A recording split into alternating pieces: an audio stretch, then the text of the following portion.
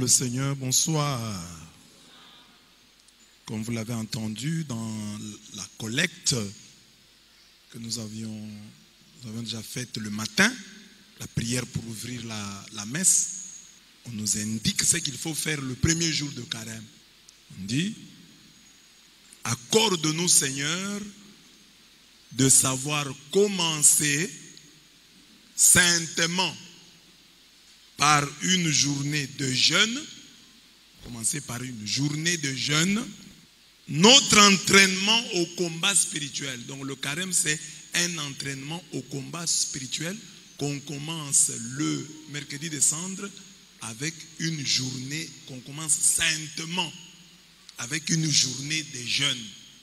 Que nos privations, voilà, pendant le carême, c'est quel temps? C'est le temps de privation. On va se priver de ceci, de cela. Que nos privations nous rendent plus forts pour lutter contre l'esprit du mal. Que nos privations nous rendent plus forts pour lutter contre l'esprit du mal. Lex orandi, lex credendi. C'est-à-dire que vous voulez découvrir ce qu'enseigne une église, regardez ses prières. Dans les prières, dans la liturgie, il y a de la théologie. Ce que l'église célèbre, dans ce que l'église célèbre, il y a ce qu'elle croit. Lex orandi, lex credendi. Lex orandi, la loi de la prière, c'est la loi de la foi, littéralement. Lex orandi, lex credendi. La loi de la prière, c'est la loi de la foi. Ce qu'on voit dans la prière, c'est ce qu'on croit. La foi se manifeste à travers la liturgie. Si tu veux comprendre, il faut toujours suivre. Donc quand tu es catholique, il faut être attentif aux oraisons. Il faut être attentif aux préfaces. Ce n'est pas fait par hasard. Pourquoi il y a une préface de l'Assomption? Donc il y a une doctrine là-bas. Il faut être attentif. Ce que l'Église enseigne est caché dans la préface et dans les prières. Alors, si tu comprends les prières, tu ne vas pas dire que c'est par hasard. Non, les prières sont étudiées. Il y a de la théologie dans les prières. Alors notre thème de ce soir, c'est replier pour prier et briller. Aujourd'hui, nous commençons le temps de carême, nous comprenons en ce jour, comme un temps de repli, de retraite. Comme si nous entrons en retraite. Nous nous replions. Un temps de retraite. Un temps de repli. Mais pourquoi nous replier? Pourquoi nous retirer pendant 40 jours? C'est pour prier et briller. Donc, nous nous retirons pendant 40 jours et 40 nuits pour prier et briller, comme l'ont fait ceux qui nous ont précédés dans la foi. Mais avant d'en arriver là, disons d'abord ce qu'est le carême. Donc mon enseignement a deux parties simplement. Le temps des souvenirs ayant l'avenir. Là je regarde le mot carême et ses racines. Et après je prends quelques expressions françaises en rapport avec le carême. Comme je vous l'ai déjà dit, les limites de ma langue sont aussi les limites de mon monde. Si nous voulons connaître comment les gens réfléchissent, analysons leur langue. Nous allons analyser le français et en analysant le français, nous allons trouver l'impact qu'a eu le carême dans les années passées chez les Français notamment. Et puis après, je vais aborder donc le deuxième point. Dans le deuxième point, je parle des temps des nuits brillantes et des journées brillantes. Premier point donc, le temps des souvenirs ayant l'avenir. Le mot et ses racines. D'après les dictionnaires, le mot carême vient du latin populaire quaresima, altération de quadragésima. C'est de là que l'on dit les prières quadragésimales. Quadragésimale, c'est à partir du latin quadragésima. Sous-entendu, dies. Dies, c'est jour. Dies quadragésima, ça veut dire 40e jour. Alors à partir de dies quadragésima, on a eu 40e jour. Quaresima, quadragésima, quaresima, et puis ça a donné carême. C'est donc la période qui sépare le mercredi des cendres au dimanche des rameaux. C'est ça qu'on voit dans le missel. Dans le missel, on considère que le carême prend fin au dimanche des rameaux. C'est ainsi que nous faisons alors 40 jours. Si vous suivez encore les prières qui sont faites le dimanche des Rameaux, vous allez suivre. Frères bien-aimés, la munition du prêtre au début de la célébration, il dit, frères bien-aimés, pendant 40 jours, nous avons préparé nos cœurs par la prière, la pénitence et le partage. Et nous voici au début de la semaine sainte. Donc d'après le missel, le carême commence les mercredis des cendres et se termine les dimanches des Rameaux, les dimanches de la passion de notre Seigneur. Alors après, c'est la semaine sainte. Donc d'après le missel, le carême se termine avec le dimanche des Rameaux. Ce qui vient après, c'est la semaine sainte. La semaine sainte, considérée comme quelque chose à part. C'est une manière de compter, je vais expliquer ça. Mais lorsqu'on y ajoute la semaine sainte, parce que pendant la semaine sainte, nous sommes toujours dans le climat du carême. Nous continuons avec les mêmes couleurs, sauf le jeudi saint, le vendredi, samedi c'est déjà la résurrection. Le jeudi saint, nous portons le blanc. Le vendredi saint, nous portons le rouge. Et puis le samedi saint, on porte le blanc encore. Mais les lundis, les mardis, les mercredis, on a toujours les couleurs du carême. C'est ainsi qu'on dit. Si on y ajoute la semaine sainte, on va dire que le carême est une période de 46 jours située entre le mardi gras et le jour de Pâques. Et le jour de Pâques. Donc les mardis gras excluent le jour de Pâques aussi. Donc mardi gras, on enlève, on commence le mercredi, et puis on termine la veille, donc, parce que la Pâques commence la nuit du samedi saint. Pendant cette période, les catholiques sont invités par leur église à observer le jeûne et l'abstinence et à se livrer à la prière et aux pratiques pénitentielles. Donc il y a une manière de compter. On peut compter en partant du mercredi des cendres au samedi saint. Là, on enlève les dimanches. Quand on enlève les 6 dimanches, on a 40 jours. Carême, c'est 40 jours. Parce que les dimanches ne sont pas des jours de jeûne. Mais si on veut compter aussi les dimanches, parce que c'est les premiers dimanches de carême, on appelle quand même si on ne jeûne pas, c'est le premier dimanche de carême, le deuxième dimanche de carême, troisième dimanche de carême, cinquième, sixième dimanche de carême. Alors dans ce cas, qu'est-ce qu'on dit? On dit, ça commence le mercredi des cendres, ça se termine le dimanche des Rameaux. Là c'est 40. Soit, si on exclut les dimanches, ça commence le mercredi des cendres, ça se termine le samedi saint. Lorsqu'on soustrait de ces 46 jours les 6 dimanches de carême, celui des Rameaux y compris, on atteint bien le total de 40 jours de prière, privation et partage. Là, je suis dans l'évangile d'aujourd'hui. Carême, quand vous voyez, prenez les 3 P. Prière, privation, partage. Dites à votre voisin, prière, privation, partage. Donc c'est ça les 3 P que tu dois vivre pendant le carême. Prière, on commence par là. Privation et partage. Parce que beaucoup de gens, quand ils voient le carême, ils voient seulement privation. C'est-à-dire carême, c'est quoi? La période de l'année où on mange à 18 heures. Donc le carême, ce que tu dois faire le plus, c'est la prière. C'est pourquoi j'ai dit, c'est replier pour prier et briller. Le carême, d'abord, c'est prière. Parce que la privation, si elle n'est pas accompagnée de prière, c'est une grève de la faim. Si tu ne manges pas et que tu ne pries pas, tu as grévé, tu as fait la grève de la faim. Tu n'es pas différent de celui qui a fait la grève de la faim. Il faut te priver pour prier. Tu te prives de la télévision pour prier. Tu te prives du téléphone pour prier.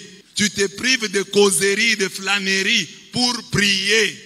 Toutes les privations là, c'est pour prier. Donc il y a au début prière, au milieu privation. Maintenant les privations, c'est pourquoi? C'est pour partager.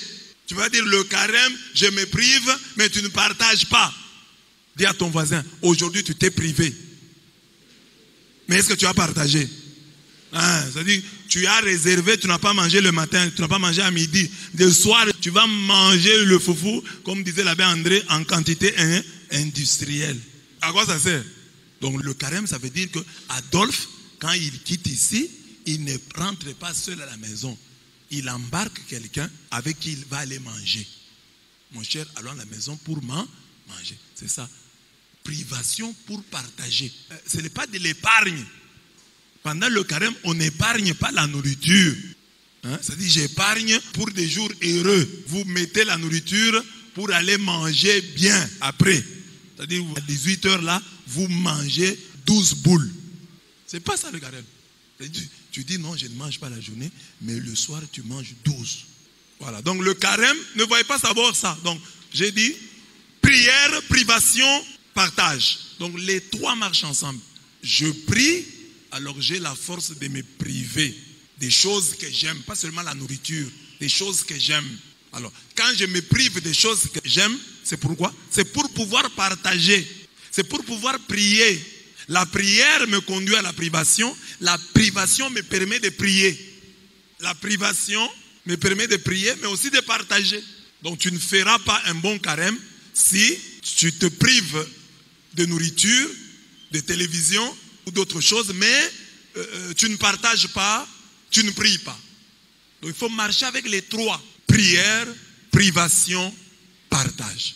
Ah, mais tout ça dit Jésus dans l'évangile, dans la sincérité. Il ne faut pas faire ça dans l'hypocrisie. Il ne faut pas prier pour qu'on te voie. Il ne faut pas prier pour qu'on t'acclame. Il ne faut pas partager pour qu'on t'acclame. Il ne faut pas te priver pour qu'on t'acclame. Il ne faut pas prier pour qu'on t'annonce. Tu fais ça pour Dieu. C'est vrai que les gens peuvent vous voir. C'est pourquoi j'ai dit, à part le carême visible, chacun de nous doit aussi avoir un carême invisible. C'est-à-dire, tu vas avoir d'autres choses que tu fais à ton niveau, qui sont ton secret avec ton Dieu. Que tout ce que tu fais pendant le carême ne soit pas connu des gens. Tout ce que tu fais de bien. Il faut que, parce qu'il y a des choses qui seront vues, par exemple, venir à la messe. Tu ne peux pas venir à la messe en te cachant. Si tu viens, tout le monde verra. Quand tu passes devant pour donner l'offrande, les gens te verront. Quand tu refuses de manger, tu dis, je vais manger le soir, tout le monde verra. Mais à part ça, c'est que les gens voient. Il faut que tu aies d'autres choses que les gens ne voient pas. Des bonnes choses que tu fais. Des bonnes choses cachées que les gens ne voient pas. Une prière que les gens ne découvrent pas. Parce que comme je vous ai déjà dit, les prières publiques sont dangereuses. Quand à la famille, on sait que tel prie à 3 heures. Tu vois, le jour où tu ne pries pas à 3 heures, tout le monde te le rappelle. Ton mari te le rappelle. Ta femme te le rappelle. Dis, mon mari, aujourd'hui tu n'as pas prié à 3 heures? Dis, non, non, j'avais pris un peu un congé. Demain, je reprends. Vous allez sentir. Quand tu pries dans la parcelle, le jour où tu ne pries pas, les gens vont te dire, en tout cas, on n'a pas entendu ton chant là. Ton chant là nous réveille. Tu es devenu le coq de la parcelle. Quand tu commences à chanter, nous nous réveillons. Mais tu dis, tant tu ne fais plus ça, voilà, tu vois. Là, ta motivation ne sera plus Dieu, mais sera les yeux des gens, leurs paroles, leurs oreilles. Alors c'est pourquoi il faut avoir des prières que les gens ne connaissent pas, des prières intérieures, des prières que les gens ne voient pas, des dons que les gens ne voient pas. Même ton mari ne sait pas que tu as donné, même ta femme ne sait pas que tu as donné, même tes enfants, même tes parents ne savent pas que tu as donné, ne savent pas que tu pries. Ah, tu es là en train de prier. Comme maintenant là, si quelqu'un est en train de prier, qui saura? Tout le monde a l'impression que tu es en train de suivre la parole, mais dans ton cœur tu es en train de prier. Tu connais l'oraison jaculatoire de cette heure. Tu es en train de la réciter. Tu es en train de la réciter dans ton cœur. Personne ne saura. En cours de route, tu vois les gens, bonjour. Et puis tu reprends ta prière intérieure. Les gens ne voient pas. C'est pourquoi je vous ai dit, notre carême ici à la paroisse, le plus difficile, ce sont les oraisons jaculatoires. Réussir le carême, c'est réussir les oraisons jaculatoires. Parce que les oraisons jaculatoires sont cachées. Personne ne les voit. Quand tu commences à prier, tu peux tracer avec les gens ici. Vous causez, tu t'étais un moment, eux croient que tu n'es pas dans la discussion, tu es déjà entré dans la prière. Prière, privation, partage. Facile à retenir les 3 P du carême. Par extension, le carême est simplement devenu une période de jeûne pour certains ordres monastiques d'Occident ou pour les chrétiens orientaux. Donc, chez les moines, le carême est devenu période de jeûne. Toute période de jeûne, à un certain moment, a été appelée carême. Même de notre temps, quand nous étions encore jeunes, on disait ça. Au mois de mai, au mois de juin, quelqu'un qui ne mange pas, pour prier, on dit, il fait le carême. Donc carême était devenu, pas seulement une période, la période qui précède les 40 jours qui précèdent la Pâque ou les 46 jours, mais c'était devenu toute période de jeûne. Pour vous montrer comment le carême avait impacté les gens à l'époque. Donc tout le monde pouvait dire, je fais le carême, je fais le carême. Même s'il n'est pas catholique, je fais le carême, il fait le carême. C'est entré dans l'imaginaire culturel collectif des gens. C'est ainsi qu'on parle du carême des apôtres. Il y avait un carême des apôtres. Le carême des apôtres, c'est quoi? C'est-à-dire que quelques jours avant une fête, une des fêtes des apôtres, par exemple, on fête Saint Pierre et Paul. Alors, les jours avant cette fête-là, quelqu'un peut faire un jeûne. Ça, c'est le carême des apôtres. Parce que les fêtes des apôtres, vous savez que les apôtres sont fêtés solennellement. Les jours des apôtres, il y a Gloria. Alors, il y a des gens qui se préparaient à la fête des apôtres. Il dit, voilà, tel jour on va fêter tel apôtre. Alors, comme on le fête, je vais faire 3 jours de carême. Ces 3 jours-là des jeûnes, on l'a appelé carême des apôtres. Il y a aussi le carême de l'Assomption. Avant l'Assomption, on fait 9 jours de prière. On appelait aussi ça carême de l'Assomption. Carême de la Noël, ça je vous en ai déjà parlé. Carême de la Noël. L'Avent était considéré comme un carême, jeûne de Noël, préparation. Carême de la Transfiguration. Avant la fête de la Transfiguration, on peut prendre 3 jours, 1 semaine de prière. On jeûne, c'est un carême, mais de la Transfiguration.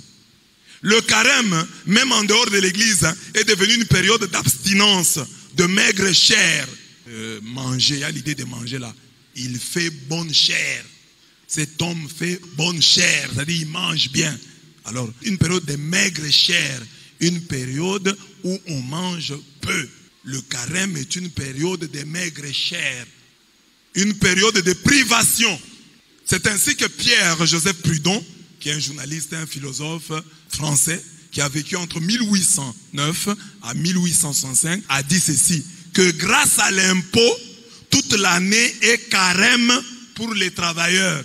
Voilà, Pierre-Joseph Proudhon a dit que grâce à l'impôt, toute l'année du travailleur est devenue carême. Donc le travailleur, parce qu'il est obligé de payer l'impôt, est en carême durant toute l'année. Parce qu'il doit payer ceci, l'impôt de ceci, l'impôt de cela. Donc il est en carême. Donc il se prive de beaucoup de choses pour pouvoir payer l'impôt. Vous voyez donc, le carême avait tellement marqué les gens, il est entré dans le langage. Grâce à l'impôt, toute l'année est carême pour le travailleur. En France, entre 1793 et 1794, on imposa un carême civique qui fut un temps de privation volontaire, qui fut observé pour des motifs économiques. Donc on va même imposer un carême civique. On dit, chers Français à Paris, chers Parisiens, nous avons des problèmes sur le plan financier, alors nous allons vous imposer un carême civique. Donc chacun va se priver de ceci, de cela, pour des raisons économiques. Nous n'avons pas assez d'argent dans la ville de Paris, alors vos avantages, là, on va un peu réduire de façon à subvenir aux besoins de la cité. Alors on appelait ça carême civique. Donc, ça veut dire que dans leur culture, le carême est vraiment entré. Parce qu'il y a eu même un carême civique. Il y a un philosophe qui réfléchit, qui dit, bon, à cause des impôts, la vie du travailleur est devenue un carême permanent.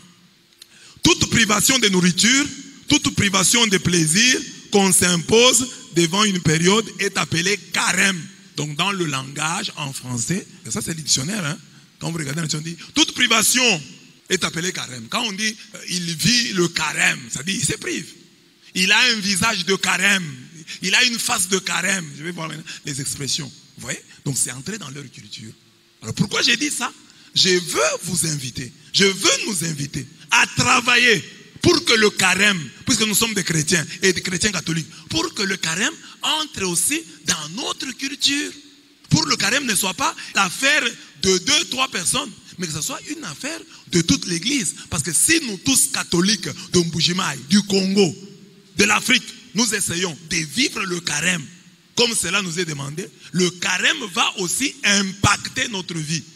Souvent, les chrétiens ne veulent pas qu'on compare le ramadan au carême. Non, mais le ramadan, quand vous allez chez les musulmans, le ramadan, chaque musulman a au moins une expérience du ramadan. Mais chez les chrétiens, si vous trouvez un chrétien, le carême, il ne sait pas quand ça commence, il ne sait pas quand ça finit. Il va à l'église, c'est le carême, il ne fait rien. Et le carême se termine comme ça, il n'a rien fait. Quelques expressions françaises en rapport avec le carême. Là, c'est le français. Profitez-en pour apprendre, surtout les jeunes. Il y a des choses que vous retenez pour toute la vie. En français, pour dire très long, très maigre, on dit long, maigre comme un carême, maigre comme le carême. Donc on dit très maigre, très long. On dit comme le carême. Pourquoi? Parce que l'impression, vous savez, les gens de l'époque voyaient que le carême traînait 40 jours, c'était trop long. On dit non, son homélie était longue comme un carême, comme le carême. Donc vous voyez déjà dans le temps, c'est une expression française. C'est pas moi qui invente, c'est français. Long comme un carême, maigre comme un carême. Ce repas était maigre comme un carême. Cette fille est maigre comme un carême. Pendant le carême, les gens sont maigres. Maigre comme un carême. Donc c'est français. Maigre comme un carême. Ce repas est maigre comme un carême. Cet homme est maigre comme un carême. Voilà, comme le carême ou comme un carême. Voilà une expression française. Vous avez retenu? Là c'est plus facile. Et quelque chose qui est long, considéré comme nos messes, sont longues comme un carême, comme le carême. Deuxième expression. Face, figure de carême, veut dire visage maigre et pâle, analogue à celui d'une personne qui a jeûné tout un carême. C'est-à-dire, tu as un visage maigre et pâle, comme quelqu'un qui a jeûné tout un carême. Il a une face de carême, il a une figure de carême. Français. C'est pas moi qui invente, les Français disent ça. Si tu vas en France, tu dis qu'il a une face de carême, le Français comprend. Même aujourd'hui. Donc il a une face de carême. Ah voilà. Donc il est maigre. Comme quelqu'un qui a jeûné pendant le carême. Donc introduisez ça dans votre langage. Troisième expression. Provision de carême. Par provision de carême, on entendait les aliments tels que beurre, huile, légumes, fruits secs, poissons salés, dont les catholiques usent en carême. Donc, ils avaient des choses qu'ils mangeaient pendant le carême. Donc, pendant le carême, on peut prendre le beurre, l'huile nécessairement, des légumes, des fruits secs, du poisson salé. C'est pendant le carême. On appelait ça, il a fait une provision de carême.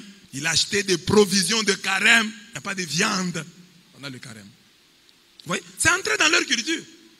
On dit provision de carême, les gens savent déjà c'est ça. Il n'y a pas de viande là-bas. Provision de carême. Poisson salé. On dit amoureux de carême pour désigner un amoureux timide, comme tous les garçons. Amoureux timide qui s'abstient de toucher à l'objet de sa passion, comme un dévot aux aliments gras durant le carême. C'est pas qu'ils aiment le carême. C'est pas amoureux de carême. C'est-à-dire ils ont des passions, mais ils n'y touchent pas parce que c'est le carême. Ils sont timides. C'est un amoureux de carême. Une amoureuse de carême. Un amoureux timide qui s'abstient de toucher à l'objet de sa passion. Un saint de carême, c'est une personne amaigrie par un long jeûne. C'est un saint de carême. Une personne amaigrie par un long jeûne. Un saint de carême, une sainte de carême, amaigrie par le jeûne. Donc c'est ça qu'on doit vivre. Le vendredi saint, quand on va se retrouver là, on doit voir les saints de carême.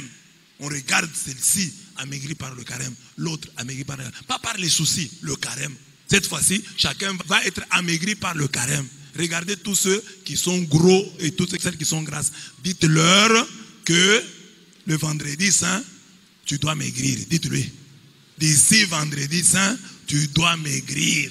Tu dois devenir un saint de carême, une sainte de carême. Tu dois un peu maigrir. Maintenant, les maigres me demandent, mais et nous? Même vous là, dans votre maigreur, il y a encore moyen d'ajouter un petit rien. Vous n'allez pas mourir. Un saint de carême, c'est une personne amaigrie par un long jeûne. Donc toi aussi, tu dois être amaigri cette fois-ci. Ah, je suis maigre, c'est à cause des soucis, c'est à cause de la maladie. Non, non. Mais non, amaigri par un long jeûne. Une sainte de carême, un saint de carême. Tu es déjà devenu maigre un jour pour un garçon. Tu es déjà devenu maigre un jour pour une fille. Pourquoi tu ne peux pas devenir maigre pour Dieu pendant le carême? L'expression tous les 36 carèmes veut dire très rarement il vient tous les 36 carèmes. C'est-à-dire il vient très rarement. Parce que qui va rassembler les 36 carèmes? 36 carèmes c'est 36 années. Il vient toutes les 36 années. Parce qu'on a un carême par an. Alors si on dit tous les 36 carèmes, ça dit très rarement. Il vient très rarement. Il vient à la messe tous les 36 carèmes. Vous voyez, quand vous parlez comme ça, les gens vous répondent, ça veut dire quoi? Bon, voilà, mes chers amis, achetez le dictionnaire. Il vient tous les 36 carême. Il prie tous les 36 carême. Il mange tous les 36 carême. Faire de la vie ou de sa vie un carême. Ça signifie quoi? S'imposer un genre de vie trop austère. Austère, c'est-à-dire une vie très sévère, disciplinée. Tu ne manges pas beaucoup, tu ne bois pas. Alors on dit cet homme, il a fait de sa vie un carême. C'est-à-dire c'est un homme discipliné. Il ne mange pas n'importe quoi, n'importe comment. Il mène une vie de discipline. Il a fait de sa vie, il a fait de la vie un carême. C'est entré en français. Si vous dites ça en France, les Français comprennent. Mettre le carême bien haut. Il a mis le carême bien haut. C'est-à-dire comme le carême de chez nous ici. Nous le mettons toujours bien haut. C'est-à-dire c'est exiger des choses trop difficiles. Comme là on dit, pendant le carême, mets un frein à ta langue. Pendant le carême, évite la calomnie. Pendant le carême, évite la médisance. Est-ce que tu sauras? Parce que toi tu vis des médisances. La médisance et la calomnie. Et pour toi, c'est que le carburant est pour le moteur. Sans calomnie, sans médisance, tu ne sais pas vivre. Tu ne sais pas rire. Pour que tu ris un peu, il faut qu'on vienne calomnier quelqu'un auprès de toi. Pour que tu sois heureux, heureuse, il faut seulement la calomnie. C'est ça l'essence de ta vie. Amen. Amen. Alors maintenant on te dit, pendant le carême, 40 jours, tu ne calomnies pas. Mais ta bouche ne va pas sentir mal. Tu vas dégager de mauvaises haleines parce que toi tu aimes toujours parler et critiquer les gens. Tu ne peux pas vivre sans critiquer les gens. Mettre le carême bien haut, exiger des choses trop difficiles. Mais c'est aussi promettre une chose qui n'arrivera pas de longtemps. Avoir prêché 7 ans pour un carême à Lubumbashi, en Bujimaï, ça signifie quoi? Y avoir été longtemps et connaître bien ces lieux-là. Donc on appelait souvent les prédicateurs pour qu'ils prêchent à un endroit. Alors quand un prédicateur vient prêcher à un endroit, il prêche 7 ans, donc il connaît cet endroit. Donc il a prêché 7 ans pour un carême à. C'est-à-dire, il connaît cet endroit-là. Pendant 7 ans, il a prêché là-bas. Pour trouver le carême court, il faut faire une dette payable à Pâques. Ça, c'est un proverbe. Pour que vous ayez l'impression que le carême est court. Hein? Pour que le carême soit court, promettez à quelqu'un que non, je vais vous payer votre dette à Pâques. C'est l'unique moyen pour que le carême aille vite. Tu vas sentir que, Pâques c'est tout près, je n'ai pas encore l'argent.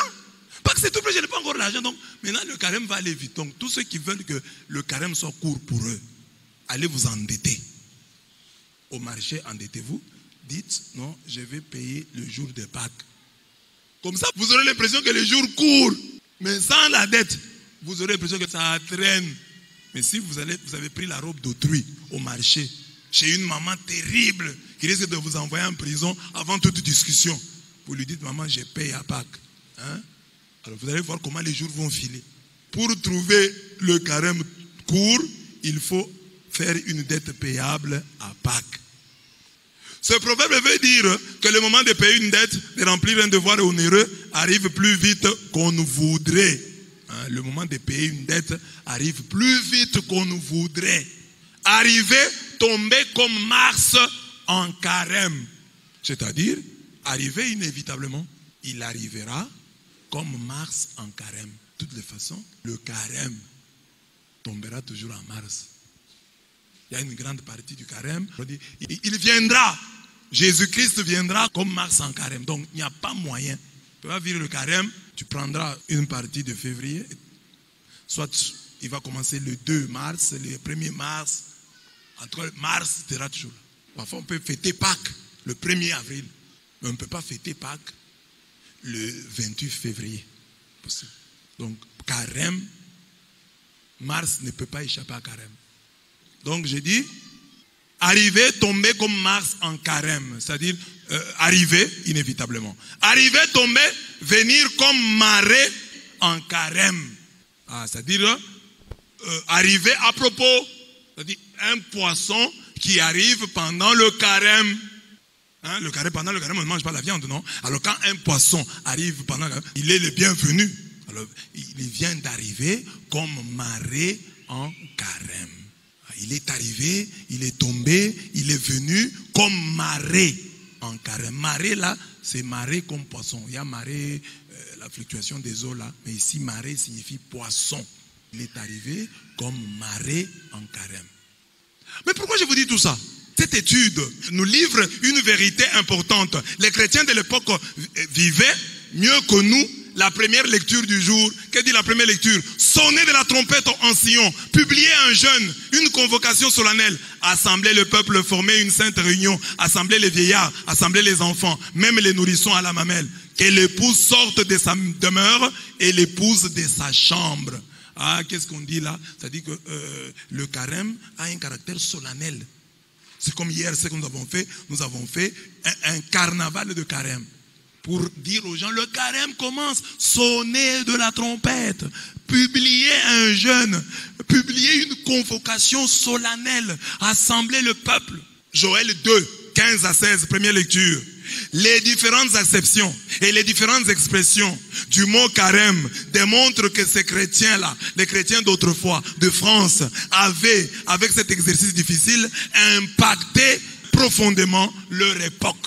Parce que c'est resté même. Il y a des expressions consacrées avec le mot carême. C'est-à-dire à l'époque, le carême était vécu. Parce que c'est entré dans le langage. C'est resté même aujourd'hui. Vous allez dans un dictionnaire, vous trouvez ces expressions. Donc ils ont impacté leur temps. Ils ont impacté leur milieu de vie. Mais nous ici, chez nous, comme chrétiens catholiques, est-ce que notre carême impacte qui? Qui peut sentir que c'est le carême? Votre voisin va-t-il sentir que c'est le carême? Votre frère va-t-il sentir que c'est le carême? Vous allez montrer aux gens que c'est le carême, c'est différent. Les gens vont voir, par exemple, les mamans qui sont ici, leur mari ne prie pas. Alors ton mari remarque, il voit un comportement différent du comportement que tu as habituellement. Et ton mari te demande, mais maman, pourquoi tu es ces jours-ci comme ça? Non, vous ne savez pas, c'est le carême. Ou bien lui-même, quand il va s'informer, on lui dit c'est le carême. Les chrétiens sont comme ça. Comme je disais ce matin, les pauvres du marché, les pauvres de la rue, doivent profiter de notre générosité pendant ces temps. Et ils doivent se réunir et se poser la question, est-ce que vous avez remarqué que pendant ces temps, on a un peu plus d'argent que d'habitude? Oui, oui. Qu'est-ce qu'il y a? Les chrétiens sont en carême, les catholiques sont en carême, nous en profitons. Nous tous ici à l'église, nous devons profiter les uns de la générosité des autres. Pourquoi? Parce que c'est carême. Comme c'est carême, tu vas me payer les mégas. Amen. Dites à votre voisin, c'est carême. Paye-moi les habits. C'est carême, paye-moi à manger. C'est carême, invite-moi à manger chez toi. C'est carême, donne-moi un bidon d'eau. C'est carême. Voilà, on doit sentir que c'est le carême. Demande à ton voisin, quel cadeau tu as du carême passé?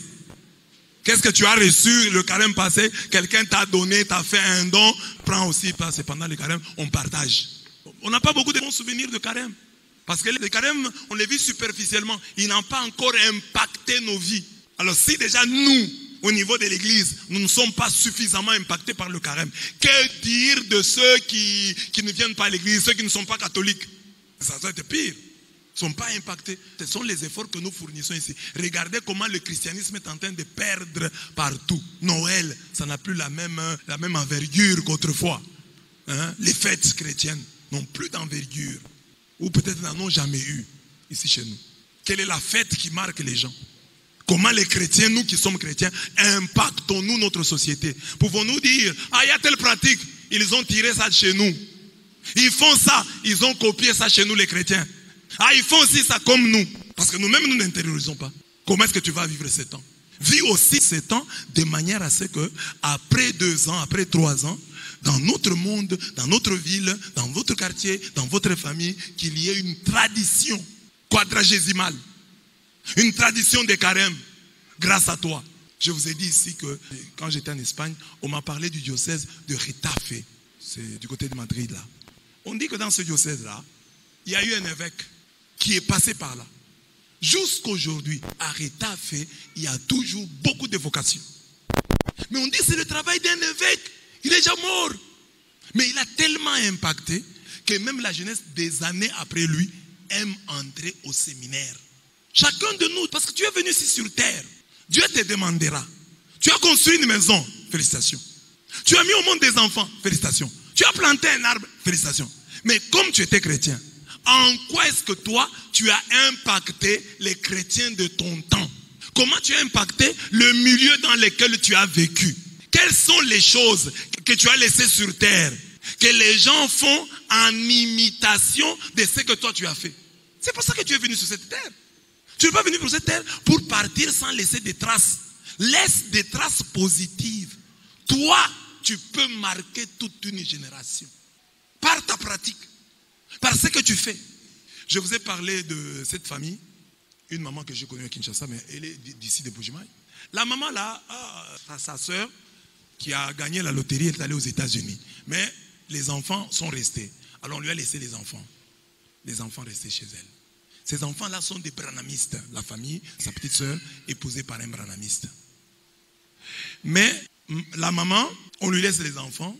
Les quelques années, je crois que ça fait 2 ans, où elle est restée avec elle, c'était des filles, et leur a donné une éducation au point que ces enfants-là sont devenus catholiques. Au moins, le temps où elle était à Kinshasa, je ne sais pas ce qui s'est passé après.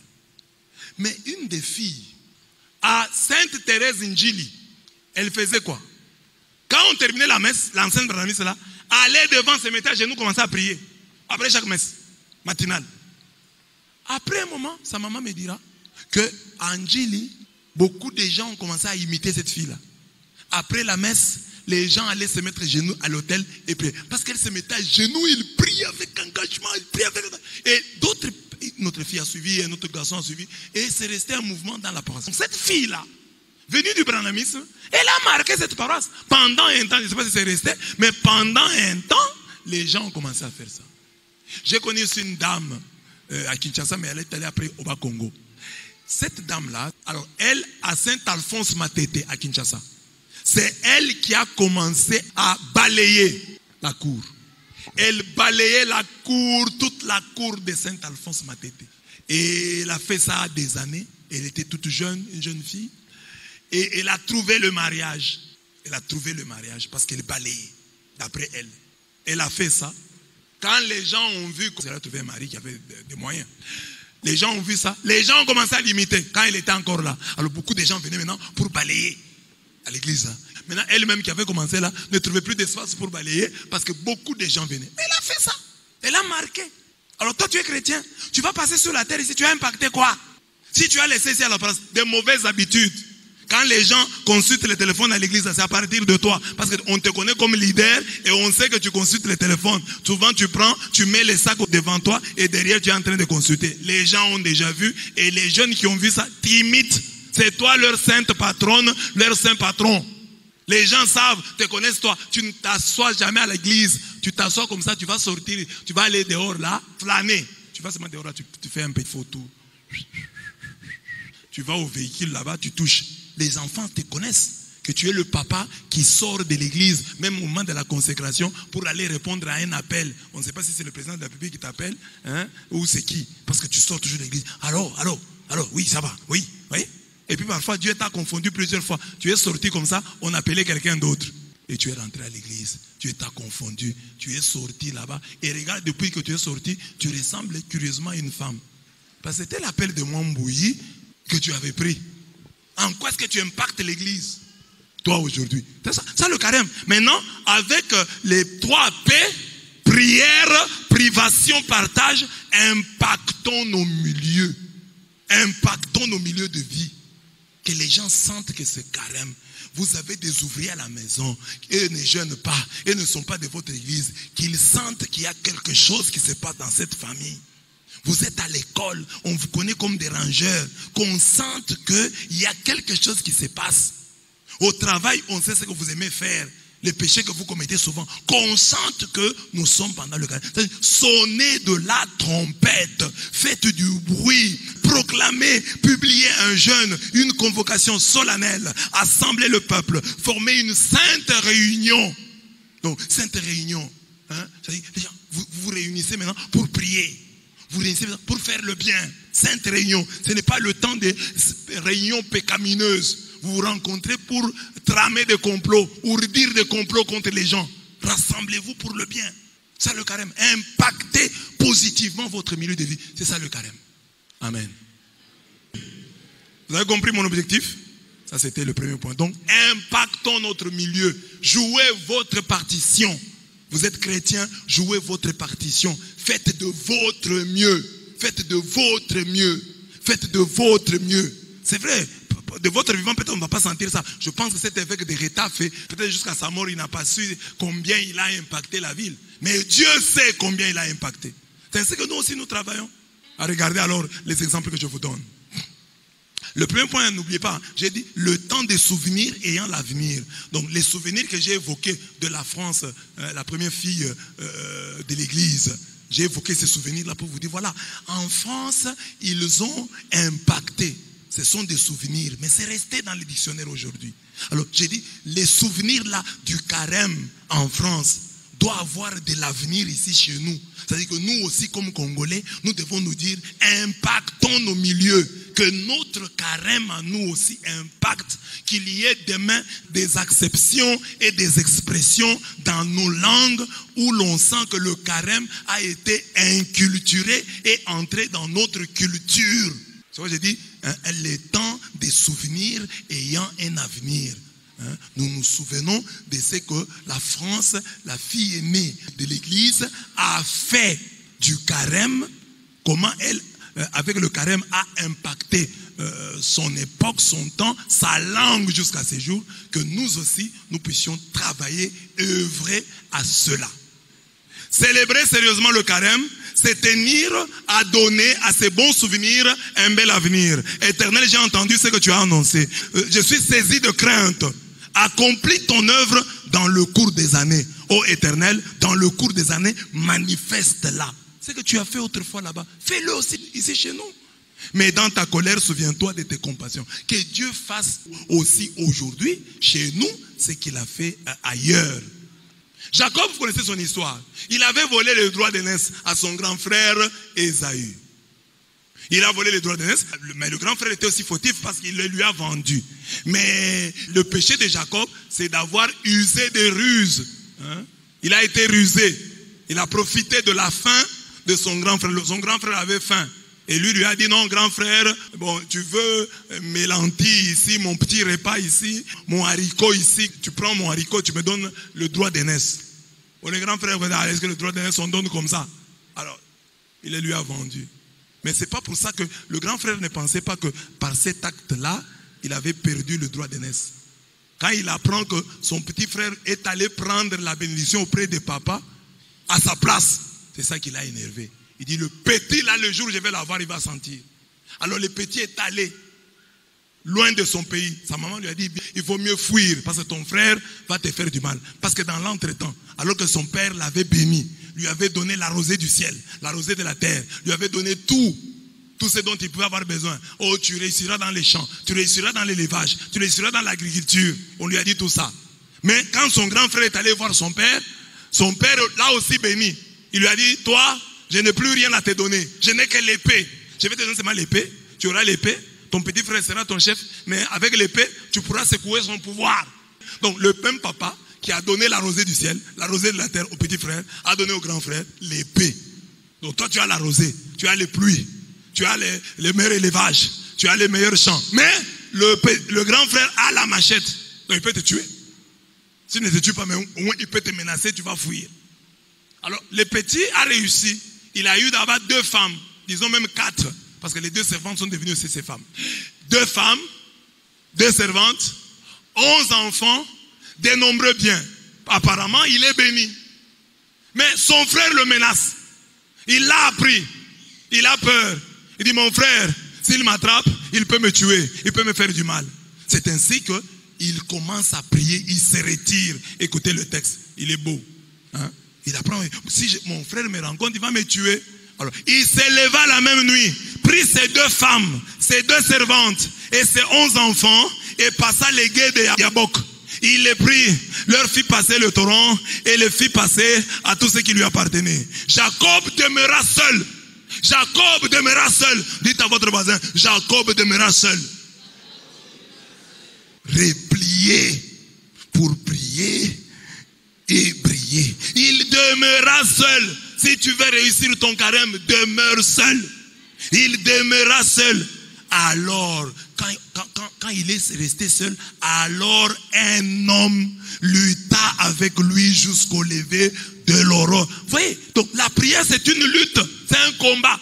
Alors qu'on parle de la prière, on dit un homme lutta avec lui jusqu'à l'aurore. Voyant qu'il ne pouvait le vaincre, cet homme le frappa à l'emboîture de la hanche. Et l'emboîture de la hanche de Jacob s'est démise pendant qu'il luttait avec lui. Il dit, laisse-moi aller, car l'aurore s'élève. Et Jacob répondit, je ne te laisserai point aller, que tu m'aies béni. Il lui dit, quel est ton nom? Il répondit, Jacob. Jacob, c'est le rusé, le supplanteur, c'est lui qui prend la place d'autrui. Il dit encore, ton nom ne sera plus Jacob. Maintenant, tu as beaucoup eu par la ruse, tu as beaucoup eu par la fourberie. Tu étais un fourbe. Maintenant, je te donne un nouveau nom, tu seras appelé Israël. Car tu as lutté avec Dieu et avec des hommes et tu as été vainqueur. Jacob l'interrogea en disant, fais-moi, je t'ai pris connaître ton nom. Jacob aussi demande à Dieu, mais toi, ton nom c'est qui? Dieu lui dit, pourquoi demandes-tu mon nom? Et il le bénit là. Jacob appela ces lieux du nom de Péniel. Car dit-il, j'ai vu Dieu face à face et mon âme a été sauvée. Genèse 32, 22 à 30. Cet homme qui avait 2 femmes, 11 enfants et de nombreux biens, sentit la nécessité de prier. Deuxième point donc, les temps des nuits priantes et des journées brillantes. Je prends un premier exemple, Jacob. Jacob pria car il se replia et pria. Mais lui qui avait 2 femmes, 2 servantes, qui étaient déjà devenues ses femmes, 11 enfants, de nombreux biens, parce qu'il pouvait diviser ses biens en 2. Si on peut estimer ses biens en les modernisant aujourd'hui, nous allons dire il avait 2 voitures, 2 postes téléviseurs, 2 maisons. Parce qu'il divise les biens en 2. Il dit, si Ésaü attaque ce camp, je vais sauver celui-ci. Il avait des biens. Mais cet homme qui a des biens, il dit à Dieu, bénis-moi. Bénis-moi. Si tu ne me bénis pas, je ne te laisse pas. Toi, tu n'as rien. Le carême est là. Dieu te présente devant toi. Tu les laisses passer. Prends-les dans les habits. Tiens-les dans les habits et dis-lui, je ne te laisse pas. Sauf si tu me bénis. Lui avait des biens. Il avait tout. 11 enfants. Il y a des gens ici qui sont stériles, qui ont 2 enfants et 1 enfant. Et tout s'est arrêté. Stérilité secondaire. Mais lui avait 11 enfants. Il demande encore à Dieu, bénis-moi. Si tu ne me bénis pas, je ne te laisse pas. Donc lui était convaincu qu'il n'était pas suffisamment béni. Qu'il était béni. Mais que la bénédiction, qu'est-ce que la bénédiction? Parce qu'à tout moment tu peux la perdre. Être béni, c'est être maintenu dans la bénédiction. Même si tu crois que tu as de l'argent, il faut que Dieu te maintienne dans la bénédiction. Même si tu dis que tu as des enfants, il faut que Dieu te maintienne dans la bénédiction. Et voilà pourquoi tu dois te battre. Par exemple, quelqu'un qui est né dans la misère, il n'a pas de problème, il est déjà habitué à sa misère. Mais toi qui as de l'argent, qui es habitué à un véhicule, qui es habitué à avoir une maison climatisée, quand tu tombes, c'est plus difficile à vivre que celui qui a toujours vécu dans la misère. Pour lui, c'est normal, il a déjà normalisé. Mais toi, le jour où tu vas manquer de l'argent, le jour où tu n'auras pas eu de carburant, le jour où tu dois faire le piéton pour aller à l'école, pour aller laisser les enfants à l'école, ça te fera plus mal. C'est pourquoi celui qui est béni, c'est celui qui doit le plus prier, parce que il s'est dit, si je perds, si je chute, comment vivrai-je? Et qu'est-ce que les gens vont dire? Amen. Regarde ton voisin. Dis-lui, si tu n'as plus l'argent, le peu là que tu as, si tu le perds, que vont dire les gens? Les gens vont les sentir. Les gens vont dire, il n'a plus l'argent, il n'a plus l'argent. Et beaucoup de gens attendent ça. Que tu tombes, que tu n'aies plus rien. Beaucoup de gens attendent que tu perdes ton mariage. Beaucoup de gens attendent que tu perdes ton travail. Beaucoup de gens attendent que tu vendes ta maison. Et toi tu es là distrait. Oh, je suis déjà béni. Jacob béni. 2 femmes, 2 servantes, 11 enfants, de nombreux biens. Il voit Dieu et dit, je ne te laisse pas, bénis-moi.